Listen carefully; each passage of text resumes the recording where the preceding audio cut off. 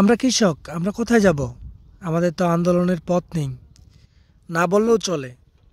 কৃষিকাজে প্রতিনিয়ত সময় দেওয়ার জন্য আমরা কোথায় গিয়ে দাঁড়াবো? কৃষি সময় দিব না রাস্তাঘাটে, কোনটা?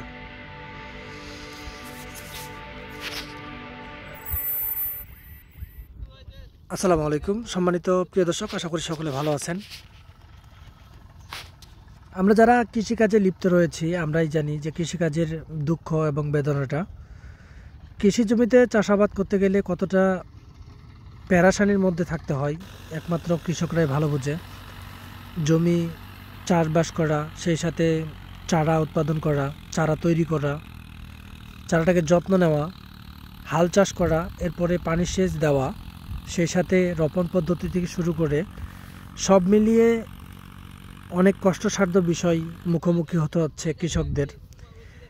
এর পরে যদি সার সঠিক সময়ে সঠিক দামে যদি না পাই তাহলে আবারও হাহাকার চলে আসে কৃষকদের মাঝে, যার কারণে কৃষকদের দুঃখ বেদনা সবসময় লেগে থাকে। কিছু অসাধু সিন্ডিকেট ব্যবসায়ীদের জন্য আজকে আমাদের কৃষকদের লাঞ্ছিত অবহেলিত হতে হচ্ছে, যার কারণে কৃষকদের মাঝে দুর্ভিক্ষ নেমে আসতেছে।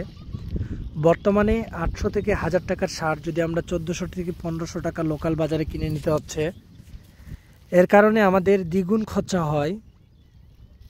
কৃষকদের অভাব অবটনে পড়তে হচ্ছে, যার কারণে কৃষকদের হাহাকার। আসলে একটা কৃষক যখন কৃষি চাষাবাদ করে থাকেন, কৃষকদের দুঃখ কেউ না বুঝলে কৃষকরা অবশ্যই বুঝবে যে আসলে জমি চাষবাস করা কতটা কষ্টসাধ্য বিষয়। এরপরে যদি সঠিক সময়ে সার না পাওয়া যায় সেক্ষেত্রে আরও হাহাকার শুরু আসে কৃষকদের মাঝে। কিছু সিন্ডিকেট ব্যবসায়ী আসলে এরা মানবতার তো দূরে চলে, আবার দাম বাড়িয়ে দ্বিগুণ দামে কিনতে হচ্ছে সার। এতে কৃষকদের আরও ক্ষতির মুখে পড়তে হচ্ছে। আমি আশা করব যে আসলেই আমাদের এই অঞ্চলে, বিশেষ করে সব অঞ্চলেই বলা চলে, কেননা কৃষকদের সাথে প্রতারণা করলে আসলেই দেশের ঘাটতি, আমাদের ঘাটতি, এবং আল্লাহ এতে সইবে না, আল্লাহ এতে নারাজ হয়ে যাবে। কেননা আমরা জমি থেকে যে ফসলটা উৎপাদন ফলাই আমরা, এতে করে আমরা চলি এবং অন্যদেরকেও চলাই, নিজে বাঁচি, অন্যদেরকেও বাঁচাই এবং দেশকেও বাঁচাই। দেশের উন্নতির জন্য আমরা কৃষকরা দ্বিগুণ হাড় ভাঙা পরিশ্রম করেই কিন্তু আমরা ফসল উৎপাদন করে থাকি।